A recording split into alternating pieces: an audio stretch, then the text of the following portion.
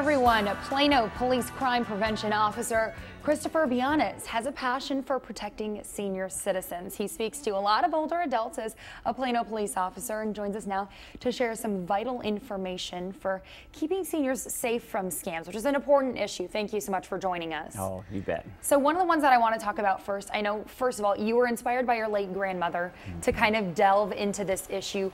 What about that made you realize this is an area of awareness that needs to happen? I wish I had known at the time, but my grandmother used to sit at her table and fill out these forms. She was constantly a winner. She would send money for a little bit of the money to mail it to her, and would get these prizes that were virtually worthless, and she was losing a lot of money. So it's something that's really important. It affects so many.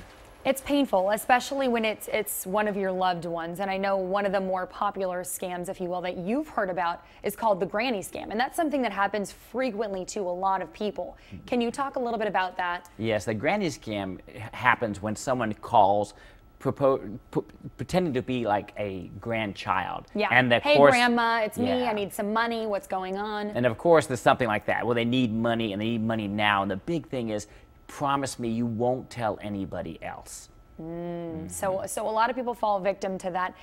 But a big thing now is, you know, in terms of social media and dating apps, things that older people might not necessarily know a lot about. Are we seeing a lot of scams through the internet that way as well? Cyber scams? We're seeing the sweetheart scams where they go online, the dating apps, and they start talking to them. And usually the big clues, there's two telltale signs. The first one is that there's some hardship where they need money. And then, of course, they start to say, if you really cared about me, you would take care of me, you'd send me more money. And they lose thousands and millions of dollars over this. See, and that's a tough one to hear. And in terms of safeguarding yourself and safeguarding your loved ones, what sort of resources would you recommend to let people know to kind of educate themselves?